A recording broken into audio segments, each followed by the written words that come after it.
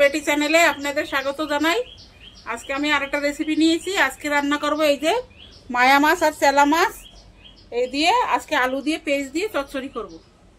তো চলেন রান্না করেই। এই যে আমি এই মাছ হলদি লবণ মাখাই ভাজবো, তাই এই জন্য পয়লা এই যে 1 চামচ হলুদ দিয়ে দেবো। এই যে হলুদ, এই যে লবণ স্বাদ অনুসারে দিয়ে দেবো। এখন ভালো করে মাখাই নেবো। এইগুলো আমাকে এদিকে চেলা মাছ, মায়া মাছ বলে, আর এইগুলো তো চেলা মাছ। সকালে বাজার থেকে নিয়ে এসেছি, একদম ভালো তাজা।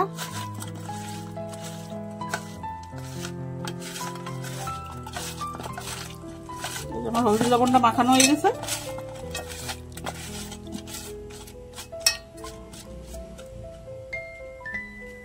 কড়াইটা গরম হয়ে গেছে, কড়াইতে দিয়ে দেবো সরষের তেল মাছ ভাজার জন্য। গরম হয়ে গেছে, মাছগুলো ভাজে নেবো ভালো করে।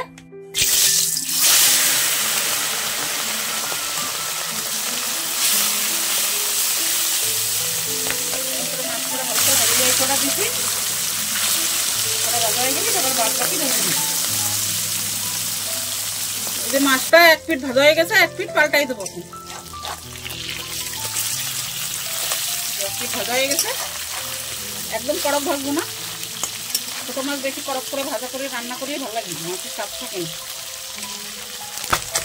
এই মাছ কটা ভাজা হয়ে গেছে, এই মাছ কটা আমি নামাই নেবো।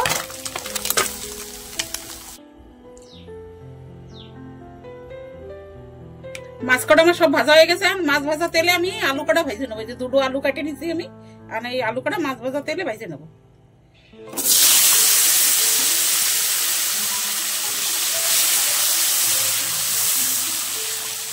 হলদি আর লবণ দিয়ে দিই। এই যে লবণ দিয়ে দিচ্ছি। এই যে হলদি আর লবণ দিয়ে আলু কটা ভালো করে লাল লাল করে ভেজে নেবো। এই যে আমার আলু কটা ভাজা হয়ে গেছে লাল লাল করে, আমি আলু কটা নামাই নেবো। এই যে আলু কটা ভাজা হয়ে গেছে, সব নামাই নিছি। এই তেলের ভিতর দিয়ে দেবো গোটা জিরা। জিরাটা হয়ে গেছে, দিয়ে দেবো এই যে 2টো পেস্ট কেটে নিছি, এই পেস্ট দিয়ে দেবো এর ভিতরে। পেস্টটা একটু ভালো করে লাল লাল করে ভেজে নেব। এই যে আমার পেস্টটা ভালো করে ভাজা হয়ে গেছে লাল লাল করে, এই দেখেন কত সুন্দর ভাজা হয়ে গেছে। এখন আমি এর ভিতর 1 চামচ আদা জিরে বাটা দিয়ে দেবো। 1 চামচ আদা জিরে বাটা দিয়ে দিছি, কারণ আদা জিরে বাটাটা একটু ভেজে নেব। কম মশলা দিয়ে রান্না করবো। এই যে আমার আদা জিরে বাটাটাও ভাজা হয়ে গেছে। এখন এর ভিতরে আমি দিয়ে দেবো 1 চামচ মির্চি পাউডার, হলদি, স্বাদ অনুসারে লবণ, আর দিয়ে দেবো যে একটা টমেটো কেটে নিয়েছি, টমেটো। এটা ভালো করে ভেজে নেব। এই মশলাটা ভালো করে কষানো হয়ে গেছে, অনেক সুন্দর করে কষানো হয়ে গেছে। আর আমি এর ভিতরে এই ভাজা আলু কটা দিয়ে দেবো। ভাজা আলু কটা দিয়ে নাড়াচাড়া দিয়ে জল দিয়ে দেবো।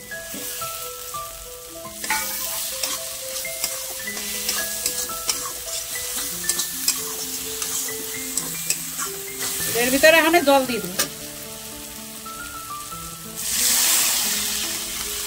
আর দেবো না। জলটা ভালো করে ফুটাই নেবো, তারপরে মাছ কটা দেবো।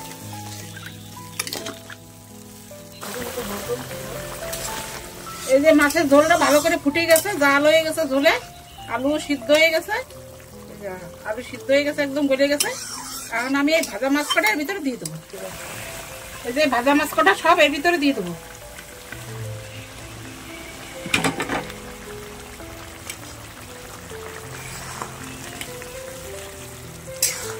মাছ কটা দিয়ে দিয়েছি, এখন আর একটু ফুটাই নেবো।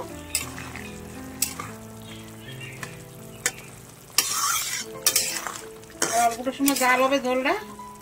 মাছ কটা দিছি, মাছের ভিতরে একটু মশলা টশলা ঝাল টাল ঢুকবে, তারপরে হয়ে যাবে আমার রান্নাটা। এই দেখেন, এই যে ছোট মাছের তরকারি হয়ে গেছে আমার।